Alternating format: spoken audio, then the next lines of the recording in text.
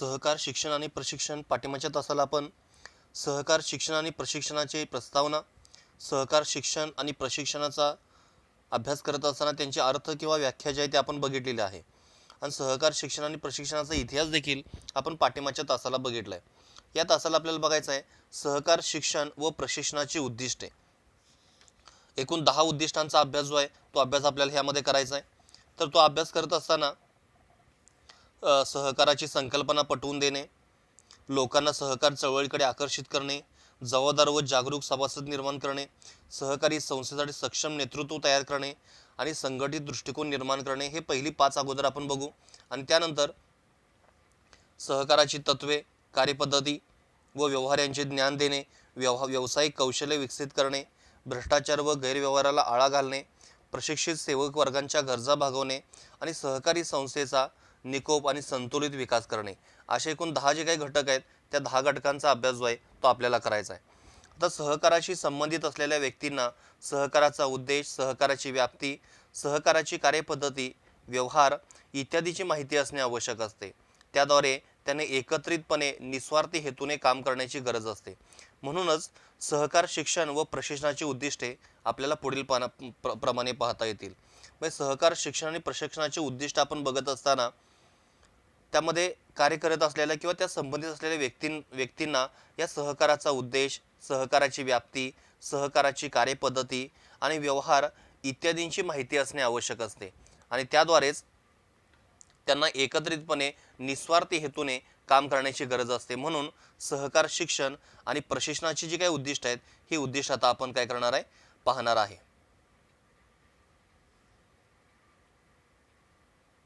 तर त्यातला पहिला जो काय पॉईंट आहे तो बघूया आपण सुरुवातीला. सहकाराची संकल्पना पटवून देणे.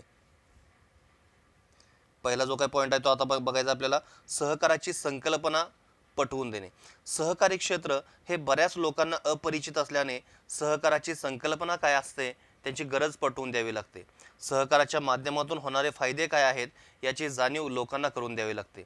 आता सहकाराची संकल्पना पटवून देत असताना अनेक जे काही लोक आहेत, काही अगदी 2 क्षेत्र आपण जर बघितली, संघटित क्षेत्र असेल किंवा असंघटित क्षेत्र असतील, असंघटित क्षेत्रामध्ये काम करणारे जे काही लोक आहेत असे बऱ्याचशा लोकांना या सहकाराच्या तत्वाबद्दल किंवा सहकाराच्या क्षेत्राबद्दल पूर्ण अशी माहिती असत नाही किंवा या सहकाराची संकल्पना त्यांना माहिती असत नाही. ज्या लोकांना अशा गोष्टींची माहिती नाही, सहकाराची संकल्पना असेल, त्यांची तत्व असतील, लोकांना त्यांची गरज पटवून द्यायची आणि सहकाराच्या माध्यमातून आपण काय काय करू शकतो, आपल्याला कोणकोणते फायदे होतात यांची जाणीव लोकांना करून देणे, तो पहिला पॉईंट आहे. सहकाराची संकल्पना पटवून देणे. आणि कोणाला पटवून द्यायचं आहे की जे अपरिचित आहे, सहकारी क्षेत्रापासून जे अपरिचित आहेत अशा लोकांना या सहकाराची संकल्पना पटवून देणे आणि त्यांचे फायदे देखील पटवून देणे. दुसरा आहे लोकांना सहकारी चळवळीकडे आकर्षित करणे. सहकाराचे महत्त्व लोकांना पटवून देऊन सहकारात लोकांचे हित कसे साध्य करता येईल याची माहिती दिल्यास सहकाराचे महत्त्व त्यांना समजेल. अनिष्ट प्रवृत्तींना बाजूला करण्यासाठी सहकाराच्या तत्वानुसार स्वतःचा आणि इतरांचाही फायदा करून घेण्यासाठी लोकांना सहकारी चळवळीकडे आकर्षित करणे. पहिला घटक आपण बघत असताना सहकारी संकल्पना अगोदर आपण काय केली, पटवून दिली. आता पटवून दिल्यानंतर सहकाराचं महत्त्व त्यांना लक्षात आलेलं आहे. आता ज्या अनिष्ट प्रवृत्ती आहेत त्या अनिष्ट प्रवृत्तींना बाजूला करण्यासाठी सहकाराच्या तत्वानुसार स्वतःचा आणि इतरांचा फायदा करून घेण्यासाठी जास्तीत जास्त लोकांना या सहकारी चळवळीकडे आकर्षित करण्याचा जो काही प्रयत्न आहे हा प्रयत्न सहकार शिक्षण आणि प्रशिक्षणाच्या माध्यमातून होणार आहे. तिसरा आहे जबाबदार आणि जागरूक सभासद निर्माण करणे. तिसरा पॉईंट आहे जबाबदार व जागरूक सभासद निर्माण करणे. सहकारी संस्थेचे सभासद जेवढे कार्यक्षम आणि जागरूक असतील तेवढा संस्थेचा कारभार व्यवस्थित कार्यक्षमपणे चालवण्यास मदत होते. म्हणून असे कार्यक्षम आणि जागरूक सभासद तयार करणे. पहिले 3 घटक आपण जर बघितले, सुरुवातीला आपण त्यांना काय केले की संकल्पना पटवून दिली. दुसऱ्यांदा संकल्पना पटल्यामुळं त्यांना त्याचा फायदा लक्षात आला आणि अशा अनेक घटकांना, अनेक लोकांना या सहकारी चळवळीमध्ये आकर्षित करणं. आणि तिसरा आहे एक जबाबदार आणि जागरूक सभासद जे हे सभासद निर्माण करणे. कार्यक्षम सभासद जे हा कार्यक्षम सभासद निर्माण करणं. कारण संस्थेचा जर कारभार व्यवस्थित चालणं आवश्यक असेल, अपेक्षित असेल तर त्या ठिकाणी जो काय सभासद वर्ग जो आहे हा सभासद वर्ग देखील तेवढा कार्यक्षम असणं आवश्यक आहे आणि तेवढा जागरूक असणं आवश्यक आहे. त्यानंतर चौथा पॉईंट आहे सहकारी संस्थेसाठी सक्षम नेतृत्व तयार करणे. सहकारी संस्थेच्या विकासासाठी जबाबदार व सक्षम नेतृत्वाची गरज असते. जसे काम करत असताना जे काही सभासद वर्ग महत्त्वाचा आहे, सभासद वर्ग जागरूक असणं महत्त्वाचं आहे, सभासद वर्ग कार्यक्षम असणं आवश्यक आहे, तसंच एक नेतृत्व असणं आवश्यक आहे. एक जबाबदार आणि सक्षम नेतृत्वाची गरज आहे. सहकार शिक्षण व प्रशिक्षणातून कल्पकता, ज्याला आपण सृजनशीलता असं म्हणू शकतोय, आपल्या व्यवसायामध्ये असणारा नाविन्यपणा आपण आणण्याचा प्रयत्न करतोय असं आपण त्या ठिकाणी म्हणू शकतोय. दूरदृष्टी, भविष्यकालीन अंदाज घेणं हे शक्य होणाऱ्या व्यक्ती त्यामध्ये असणं आवश्यक आहे. प्रामाणिकपणा, कार्य करण्याची वृत्ती, सर्वांना बरोबर घेऊन जाण्याची कला, प्रभावीपणा, धाडस इत्यादी गुणांची जोपासना करून संवर्धन करण्याचा प्रयत्न केला जातो. साहजिकच सहकार चळवळीचे नेतृत्व जर सभासदांमधूनच घडत गेले तर असे नेतृत्व सहकारी संस्थेला भविष्यकाळात विकासाकडे नेऊ शकते. मग या सहकारी संस्थेचा आपण विचार जर केला तर या सहकारी संस्थेसाठी एक सक्षम नेतृत्वाची आवश्यकता आहे. जसं जागरूक सभासद आवश्यक आहे तसंच एक सक्षम नेतृत्व आवश्यक आहे. आता हे सक्षम नेतृत्व कसं असणं आवश्यक आहे, तर सक्षम नेतृत्व असं पाहिजे की त्या व्यक्तीकडे कल्पकता असावी, दूरदृष्टीपणा असावा, प्रामाणिकपणा असावा, कार्य करण्याची वृत्ती असावी, सर्वांना बरोबर घेऊन जाण्याची कला असावी, प्रभावीपणा असावा, धाडस असावा, असे अनेक जे काही गुण आहेत अशा अनेक गुणांची जोपासना करून संवर्धन करण्याचा प्रयत्न जो आहे हा प्रयत्न त्यामध्ये करणं आवश्यक आहे. आणि हा प्रयत्न करत असताना हे जे नेतृत्व आहे हे नेतृत्व सभासदांमधूनच जर घडत जर गेले असतील तर ह्या सहकारी संस्था ही भविष्यामध्ये प्रगतीकडे आणि विकासाकडे साहजिकच ती जाणार आहे. मग त्यामुळं जसे सभासद वर्ग जो आहे हा सभासद वर्ग जसा जागरूक असणं आवश्यक आहे, सभासद वर्ग जसा कार्यक्षम असणं आवश्यक आहे, तसंच त्या ठिकाणी एक नेतृत्व असणं आवश्यक आहे. आणि त्या नेतृत्वाच्या अंगी अनेक गुण, अनेक पैलू असणं आवश्यक आहे. धाडसी वृत्ती असणं आवश्यक आहे, प्रभावीपणा आवश्यक आहे, प्रामाणिकपणा आवश्यक आहे, सृजनशीलता, नाविन्य आवश्यक आहे, कार्य करण्याची वृत्ती आवश्यक आहे, आणि सगळ्यात महत्त्वाचं सर्वांना बरोबर घेऊन जाण्याची जी काही कला आहे ही कला त्या नेतृत्वाकडे असणं आवश्यक आहे. आणि असा नेतृत्वाचा व्यक्ती असेल किंवा असे नेतृत्व गुण जर आपण सभासदांमधून जर घडत गेले असतील तर भविष्य काळामध्ये साहजिकच आपली जी काही संस्था आहे ही संस्था विकासाकडे दृष्टिकोन ठेवेल किंवा विकासाचा दृष्टिकोन ठेवेल आणि कमीत कमी वेळेमध्ये आपलं उद्दिष्ट जे ते उद्दिष्ट त्या ठिकाणी साध्य करेल. त्यानंतर पाचवा आहे संघटित दृष्टिकोन निर्माण करणे. सभासदांमध्ये एकोपा आणि समानता प्रस्थापित होण्यासाठी सहकारावर निष्ठा निर्माण व्हावी लागते. या कारणाने समता व एकोपा निर्माण करण्यासाठी लागणारी वैचारिक व मानसिक बैठक निर्माण होते.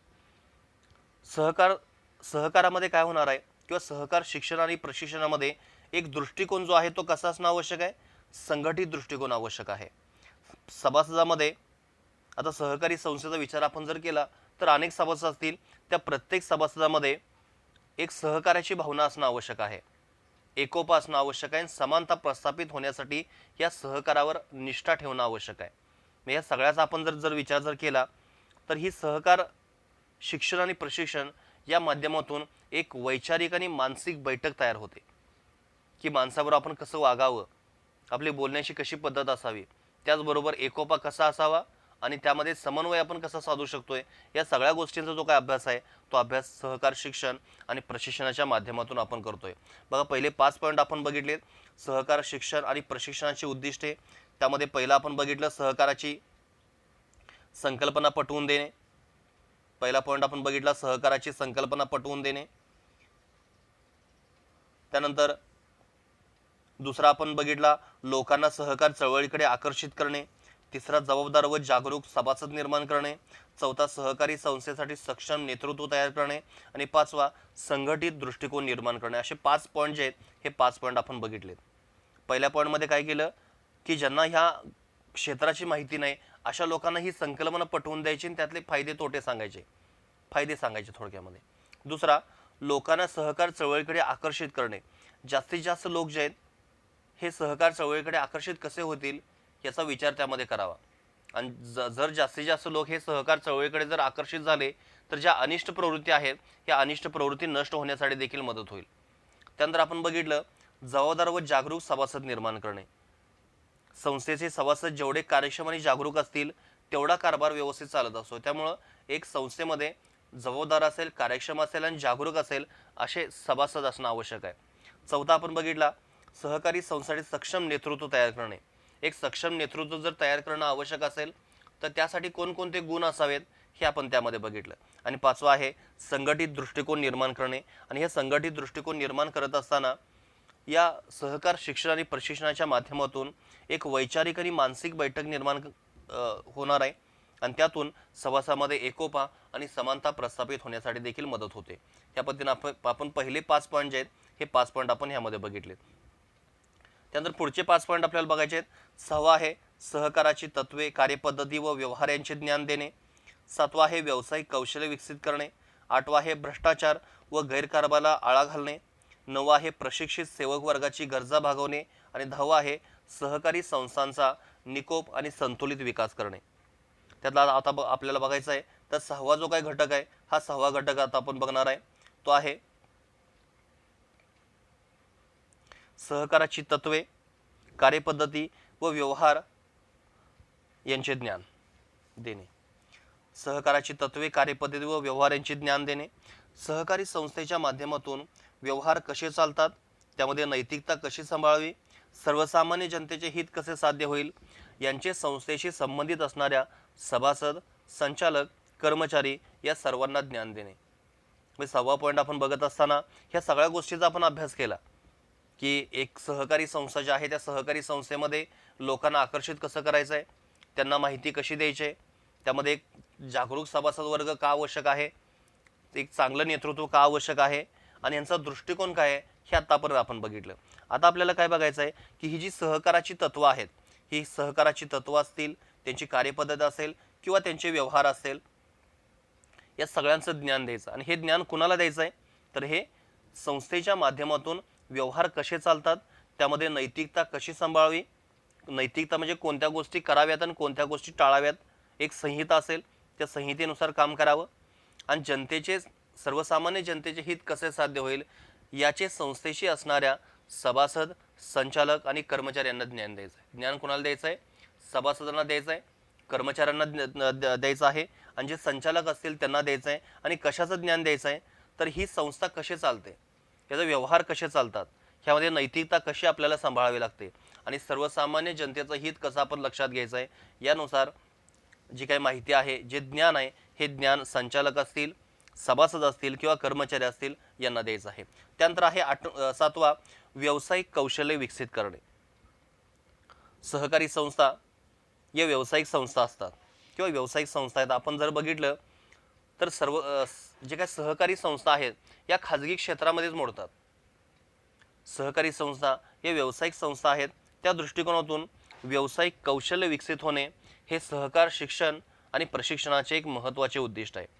त्यासाठी सहकाराची तत्वे, व्यवहार, कार्यपद्धती याशिवाय अधिकार, जबाबदाऱ्या, कर्तव्ये, नेतृत्व, निर्णय क्षमता, नियोजन, नियंत्रण, समन्वय इत्यादी व्यावसायिक कौशल्यांचा विकास होण्यासाठी सहकारी शिक्षण आणि प्रशिक्षण महत्त्वाचे ठरते. सहकारी शिक्षण आणि प्रशिक्षण कसे महत्त्वाचे ठरते तर ह्या ज्या सहकारी संस्था आहेत या सहकारी संस्था व्यावसायिक संस्था आहेत आणि हे व्यावसायिक संस्था असल्यामुळं जास्तीत जास्त सभासदांचं हित जर लक्षात जर घ्यायचं असेल तर त्या संस्थेची प्रगती होणं देखील आवश्यक आहे. आणि ती प्रगती होण्यासाठी शिक्षण आणि प्रशिक्षण एक महत्त्वाचं साधन आहे. आणि ह्या शिक्षण आणि प्रशिक्षणाच्या माध्यमातून सहकाराची तत्व असतील, त्यांचे व्यवहार असतील, कार्यपद्धती असतील, त्यांचे अधिकार असेल, जबाबदाऱ्या असतील, कर्तव्य असतील, नेतृत्व असेल, निर्णय क्षमता, नियोजन, नियंत्रण, समन्वय असे अनेक जे काही कौशल्य आहेत त्या अनेक कौशल्यांचा अवलंब जो आहे या सहकार शिक्षण आणि प्रशिक्षणाच्या माध्यमातून केला जाणार आहे. जर नियोजन कोणत्या पद्धतीने करणं आवश्यक आहे, कर्मचाऱ्यावर देखरेख आपण कशी ठेवायची आहे, दोन विभागामध्ये समन्वय आपण कसं साधायचं आहे, तर हे सगळे व्यावसायिक कौशल्य जे आहेत ही व्यावसायिक कौशल्य सहकार शिक्षण आणि प्रशिक्षणाच्या माध्यमातून आपण सहजपणे साध्य करू शकतोय. हा आपण पॉईंट बघितला 7वा. 6व्यामध्ये आपण काय बघितलं की आपण ज्ञान दिलं. कुणाला ज्ञान दिलं? संचालकांना दिलं, कर्मचाऱ्यांना दिलं आणि सभासदांना दिलं. आणि 7व्यामध्ये काय सांगितलं की जी सहकारी संस्था आहे ही सहकारी संस्था कसली संस्था आहे तर एक व्यावसायिक संस्था आहे. आणि व्यवसाय जर टिकवायचा असेल तर काही कौशल्य अंतर्भूत करणं आवश्यक असतं. आणि ही कौशल्य कोणती असतील तर नेतृत्व गुण असेल, अधिकार जबाबदाऱ्या असतील, नियोजन असेल, नियंत्रण असेल, समन्वय असेल, ह्या सगळ्या गोष्टींची माहिती जी आहे ही माहिती त्या ठिकाणी प्रमुखाला असणं आवश्यक आहे. त्यानंतर त्यापुढचा आहे 8वा, भ्रष्टाचार व गैरकारभाराला आळा घालणे.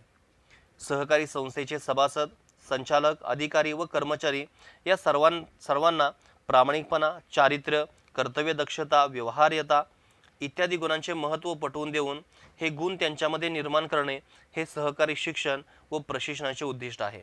त्यामुळे इतरांच्या विकासाबरोबरच आपला विकास करण्याचा दृष्टिकोन तयार होऊन गैरव्यवहार व भ्रष्टाचारी प्रवृत्तींना आळा बसू शकतो. ह्या सहकारी शिक्षण आणि प्रशिक्षणाच्या माध्यमातून आपल्याला काय करायचं आहे, तर भ्रष्टाचार आणि गैरकारभाराला आळा घालायचा आहे.